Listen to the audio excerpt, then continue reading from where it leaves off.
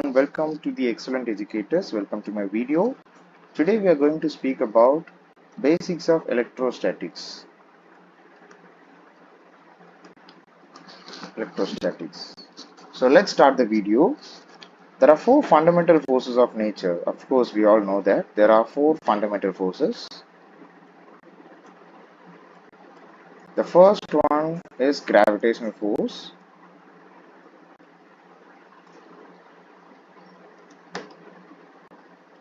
And now the second one is the electromagnetic force.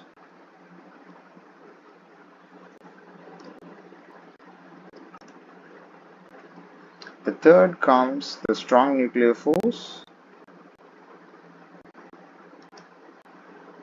And at last comes the weak nuclear force. So now in the previous videos I have talked about the gravitational force.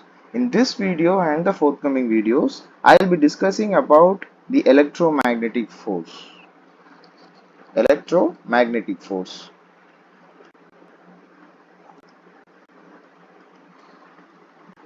So as the name suggests, it has two components, the electric and the magnetic force.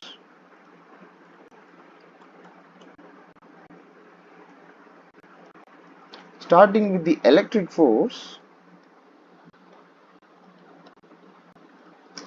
the source of electric force is basically something called charge. It is represented by the letter Q. Charge is basically, it's nothing but the fundamental intrinsic property of matter. It is the fundamental intrinsic property of matter. It is similar to mass.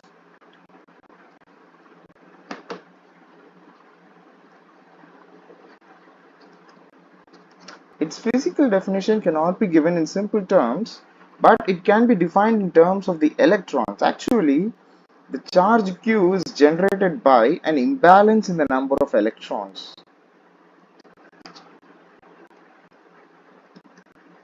So imbalance in the sense it can be of either ways. Imbalance can be excess or deficit.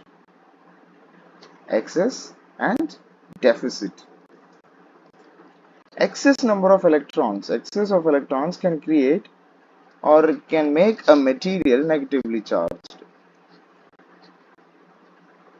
And deficit of electrons can make a material positively charged. Something like, so assume an atom. This is an atom with a nucleus and electrons are revolving around the nucleus. So in every atom, the atom is electrically neutral because it contains equal number of protons and an equal number of electrons. Assume that this atom has 10 protons and 10 electrons. So 10 positive charges and 10 negative charges. Thus the atom turns out to be electrically neutral. So now assume our first case, excess of electrons. So now I'm adding some 1 or 2 electrons. 2 electrons I'm adding here. So the result will be something like 10 protons and 12 electrons. Here you can see the number of electrons is greater than the number of protons. Thus it is negatively charged.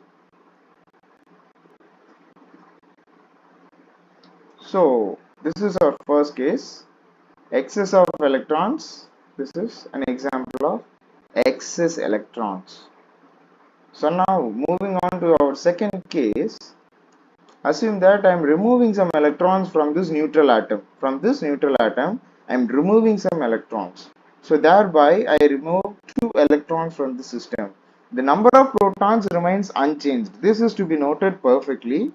So the number of protons is remaining unchanged in this atom. So 10 protons but with 8 electrons. In the previous case, the electrons were excess, but now the electrons are deficit. So the number of positive charges is much more than the number of negative charges. So this is deficit of electrons. Since here the number of positive charges has an upper hand, we say that this atom is positively charged. I hope you understand how a charge is created by an imbalance in the number of electrons. From this we can say that Charge is directly proportional to the number of imbalance in electrons. So of course the proportionality constant here is the number of electrons or the charge of electron. Charge of electron. So we all know the charge of electron is E is equal to 1.6 into 10 to the power minus 19 coulomb. So this is how a charge is created with imbalance in the number of electrons. So we have quantified charges. So now assume that there are two charges Q1 and Q2. They are separated by a distance R or D, whatever it is. So let's assume the distance between the two charges Q1 and Q2 is R. In such a system, both of these charges Q1 and Q2 experience a force because of the number of electrons. Say Q1 is 5 coulomb and Q2 is 7 coulombs. So they experience a mutual charge between them, mutual exchange of force between them. So this force can be given by Coulomb's law. This Coulomb's law is similar to Newton's universal gravitational law. The Coulomb's electrostatic force is directly proportional to the product of the charges. Product of the charges. And it is also inversely proportional to the square of the distance. Square of distance.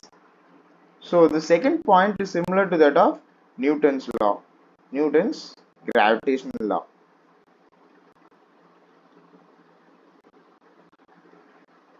So now combining these two equations, you will get something like F is directly proportional to the product of the charges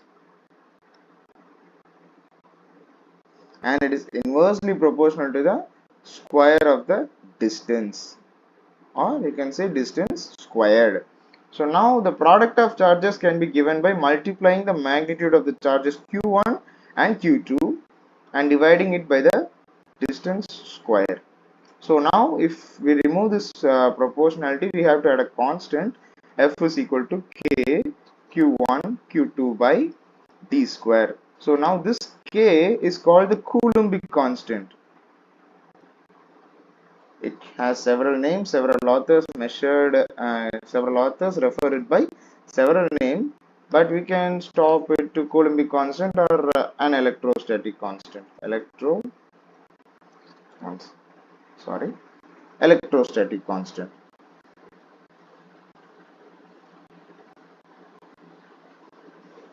And its value can be calculated by K is equal to 1 by 4 pi epsilon 0, which is equal to 9 into 10 to the power 9.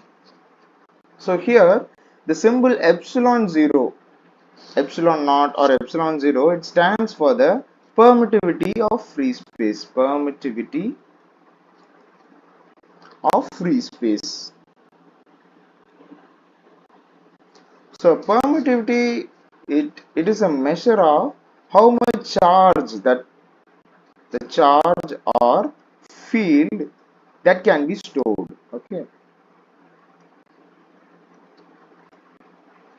So permittivity refers to the charge or field that can be stored. Here free space refers to vacuum. So together epsilon 0 stands for the charge or field that can be stored inside a vacuum. So this is what Coulomb's law states. So once again let me repeat. The force between two charges Q1 and Q2 is proportional to the product of the forces Q1 and Q2. Product of the magnitude of the charges Q1 and Q2, and it is inversely proportional to the square of the distance between them, and it is equated by a constant K. So this is an equation of force. So since you are now aware of the force, now let's get to know another important topic. Another important term to know is the source and the test charges. So to imagine the source and test charges, assume two systems. Say there is an elephant and also a man. So now say that the elephant weighs approximately 5 tons and the man weighs 50 kg. So now they play tug of war.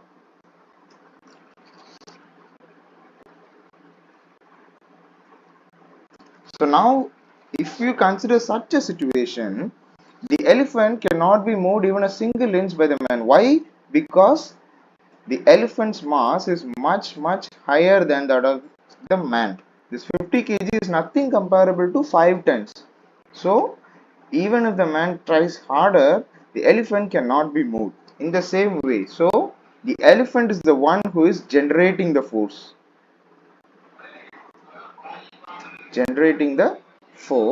and the man is the one who is experiencing the force generated.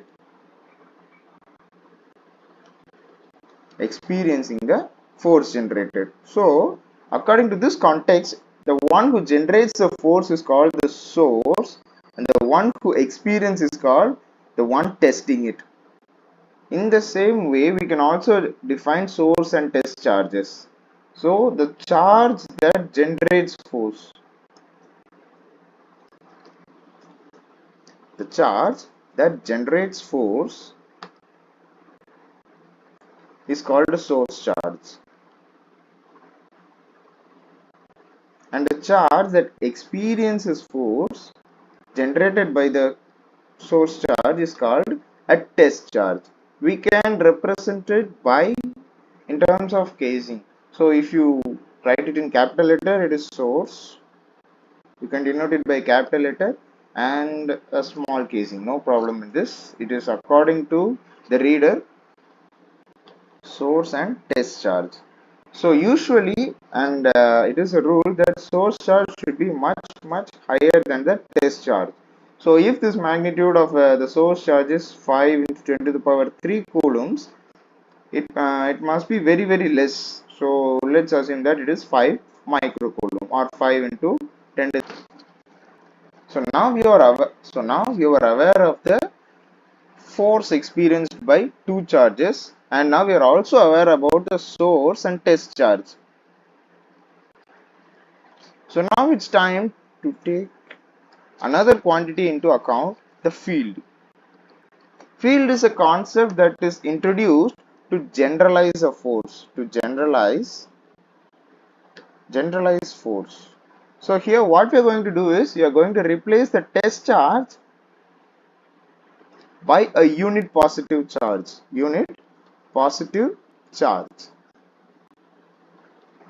So assume a situation where the source charge Q produces a field around an area. So besides this area, we will not be able to feel the force. So the force generated by Q is restricted to a particular area with a radius R. Any charge within this radius, say some Q1 or Q2, they can experience the force generated by Q. In the same way, if a charge Q3 is placed outside this field, it will not be able to feel the force generated by the source charge. So basically, electric field can be restricted. So this electric field, if you define in terms of force, it is defined as the force experienced by a unit positive charge in a particular area. So if you come across this equation, F so if you substitute the equation of force 1 by 4 pi epsilon 0 q by r square dot 1 by q, so you will be getting an equation like 1 by 4 pi epsilon 0 q by r square r cap. So this is what you call as an electric field. So now let me brief about charge distributions.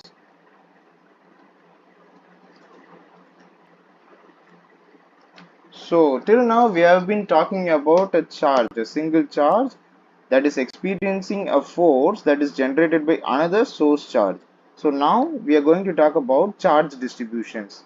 Charge distributions refer to more than one charge placed near to each other of comparable magnitudes. For example, say a charge of 5 coulomb is placed and another charge of 6 coulomb, another charge of 4 coulomb, they are placed closer to each other in the form of a triangle. So now the force experienced by this 5 coulomb charge can be calculated by Coulomb's law. We can do this by adding the force experienced by this charge, that is given by also the 6 coulomb and also the 4 coulomb charge. That is the force experienced by this 5 coulomb charge. It is a vector sum of the force given by the other two charges. So this is called the principle of superposition. Principle of superposition. Let me repeat. The force experienced by a single charge by multiple charges is just a vector sum of the force by individual charges.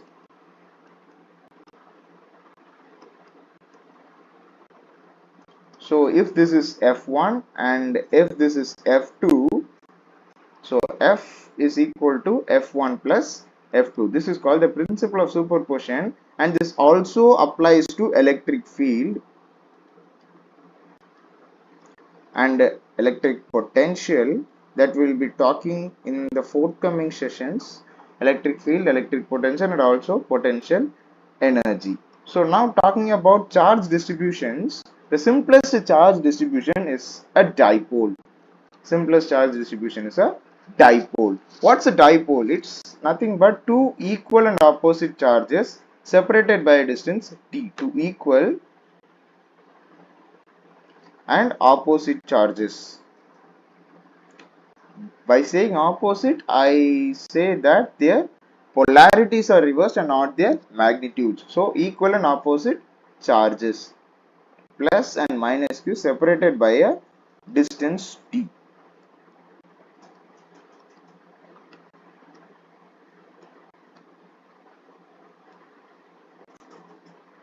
So this is called a dipole configuration, and the distance is given by d.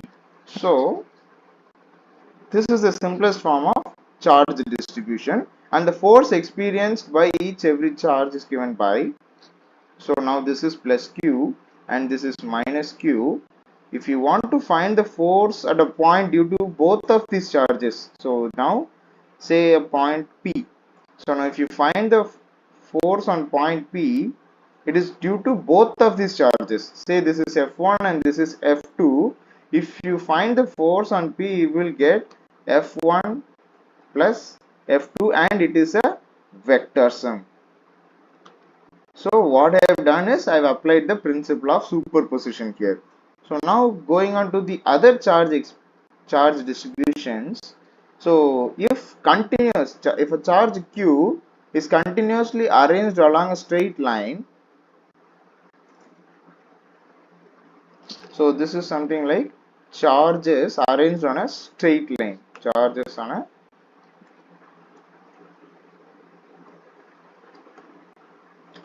this is called a linear charge distribution. Linear charge distribution. It is represented by lambda. So lambda is given by charge per unit length, and this is an example of one dimensional charge distribution. One dimensional charge distribution. So speaking of higher dimensions, you have sigma is equal to q by a, that is areal charge distribution or surface charge distribution. Areal or surface charge distribution.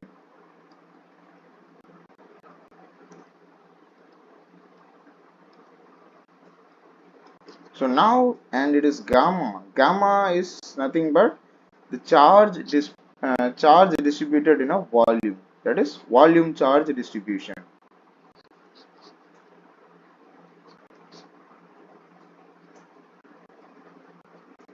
So we started at dipole. Charge distribution started at dipole with two charges at a distance, and now we have spoken about linear, surface, and volume charge distribution. So now we need to have a formula to calculate the electric field that is given by all of these systems. We cannot only rely upon Coulomb's field to talk about the electric charge distribution. So we need some other formula. So that is given by a quantity called electric flux. Electric flux. Electric flux, it is a quantity to measure electric field. To measure the electric field. Electric field. Also, you can also write electric field intensity. So the electric field intensity can be given by electric flux. The formula for electric flux is given by phi E is equal to Q into A. Sorry, E into A.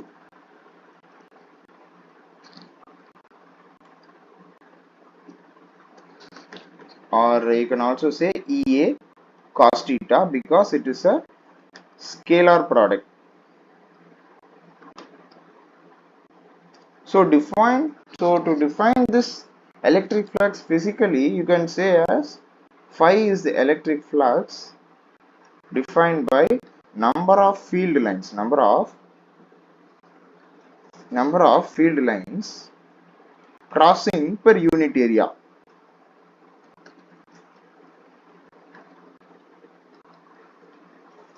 So this can be visualized something like, if there is a cross section here and a charge plus Q, it generates electric field outwards. The flux is outwards the charge.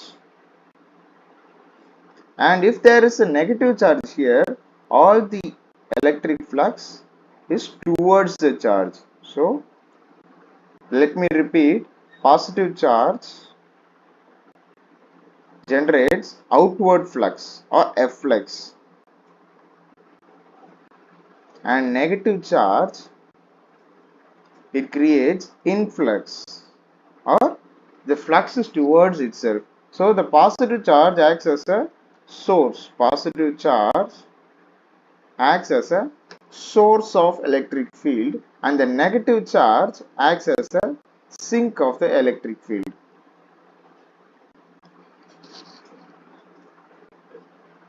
So we can quantify this as the electric flux.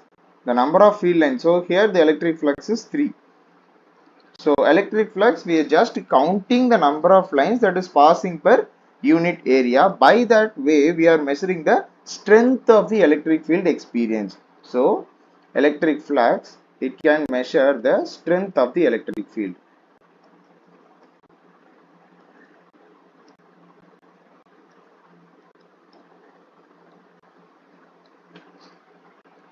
So this strength of electric field, it is purely dependent. So this flux is purely dependent on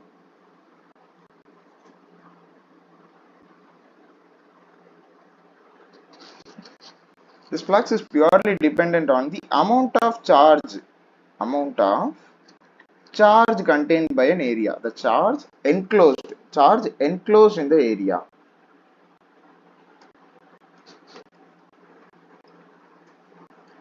So Gauss law, there is a law called Gauss law that states that the electric flux is directly proportional to the amount of charge enclosed in a unit area. So the proportional.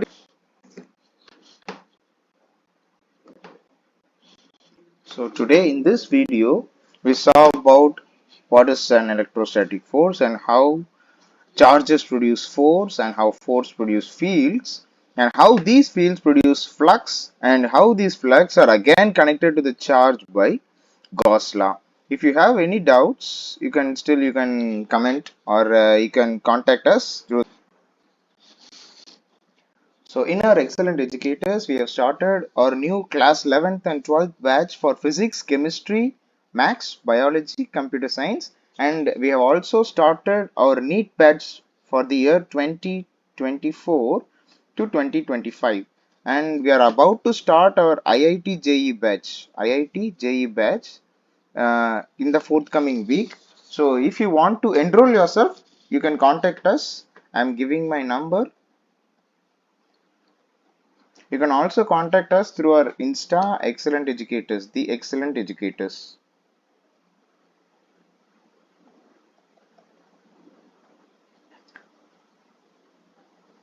A lot of you are already learning. We would welcome some more people if you join us. Thank you. Have a nice day.